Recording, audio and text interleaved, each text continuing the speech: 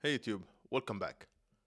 Have you ever wondered how Google Ads support over 4.77 billion users while maintaining lightning fast performance and reliability? The answer lies in their groundbreaking database system, Google Spanner. In this video, we will uncover how Spanner was built, its key innovations, and why it's a marvel of engineering. First, let's try to understand the beginning of Google. Google was initially a university project by two students. When they couldn't sell their idea, they decided to develop it further, ultimately creating Google as we know it right now. The main source of the revenue was ads, and and with explosive growth, they need a robust database to store and manage as data. So they used MySQL. Initially, Google relied on MySQL for its simplicity and reliability. As user traffic skyrocketed, partitioned partitioned MySQL using key range partitioning to handle scale. However, this solution comes with two main challenges. The first one is the scalability, and the second one is the transaction.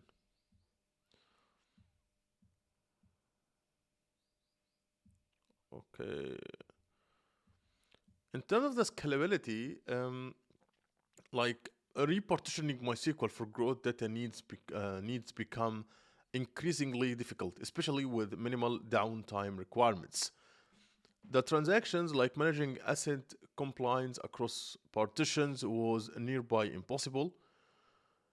Google needed the scalability of NoSQL combined with the transactional guarantees of NoSQL. So, this leads us to the birth of Google Spanner. Enter Google Spanner, which is a distributed SQL database designed to handle the massive scale and transactional needs of Google Ads. We need to break down how Spanner addressed critical database challenges. The first thing we'll talk about, which will be Atomicity. Atomicity ensures that a transaction is all or nothing, even when it spans multiple partitions. Google uses the two-phase commit protocol to achieve this, as you can see here. The coordinator check if all partitions are ready to commit, which we have what we call this phase a prepare phase. The second phase we call it a commit phase. Like if all agree, the coordinator finalizes the transaction. Any partition failure ports the transaction, ensuring consistency. Number two, we have the consistency. We have three partitions right now. Consistency means data updated in one part or one partition of the words is instantly reflected everywhere. It's instantly reflected everywhere. For if we added something here, should be reflected in the two partitions. Okay.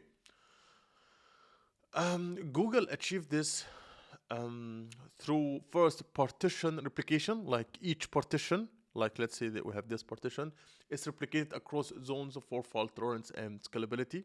So this partition, let's assume that we have part of the data will be replicated in other parts here and there. And we have what we call a TrueTime. Like Google uses TrueTime, a combination of GPS receivers and atomic clocks to synchronize servers globally. This ensures a precise timestamps for data consistency. Okay, next, isolation.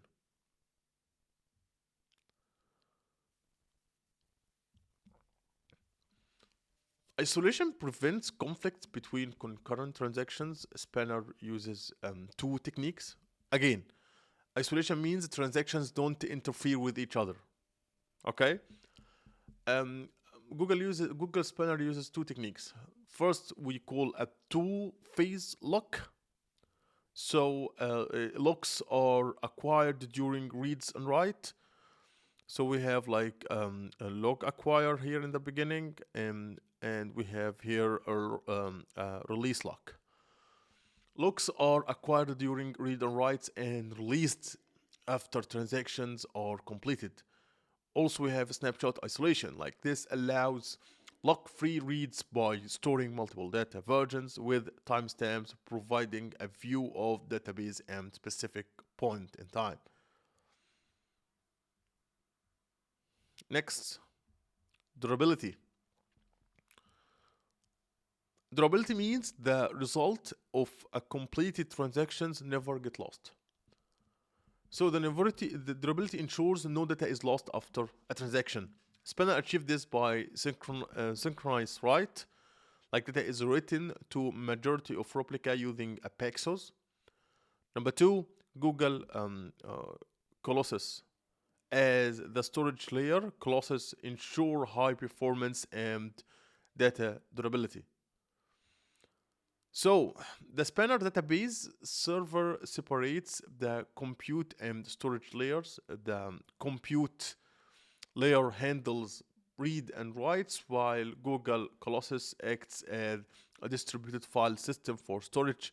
This architecture ensures scalability and fault tolerance at an interrupted level. This was high level on Google Spanner and how it works. In future videos, we will create like in-depth video about the atomicity, consistency, isolation, and durability. We will create like in-depth video about each one of them. So if you don't understand anything, just feel like don't worry. We will create a video, help you guys to understand this even better. Okay, so Spanner is not just a database; it's a testament to the power of innovation. If you enjoyed this deep dive, don't forget to like it, share, and subscribe, and hit the notification bell. And yeah, we could see you in the future.